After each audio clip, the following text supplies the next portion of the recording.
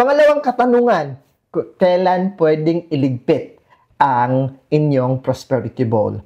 So friends, na-ready na namin. Handang-handa na ako anytime. Okay na ako. But then, so friends, after the new year, kailan ba pwede itong iligpit? You can actually start itago. You can start keeping those na mga ginamit natin as part sa prosperity ball starting January 2 hanggang January 3. You can actually start. Pagka kinabukasan, pwede nyo nang iligpit yung prosperity ball ninyo. That's from January 2 to 3. Ngayon, Sir Franz, pasensya na. Sobrang busy talaga. Kailan ang pinakahuli na pwede? Kasi alam ko, mahihirit pa dyan eh.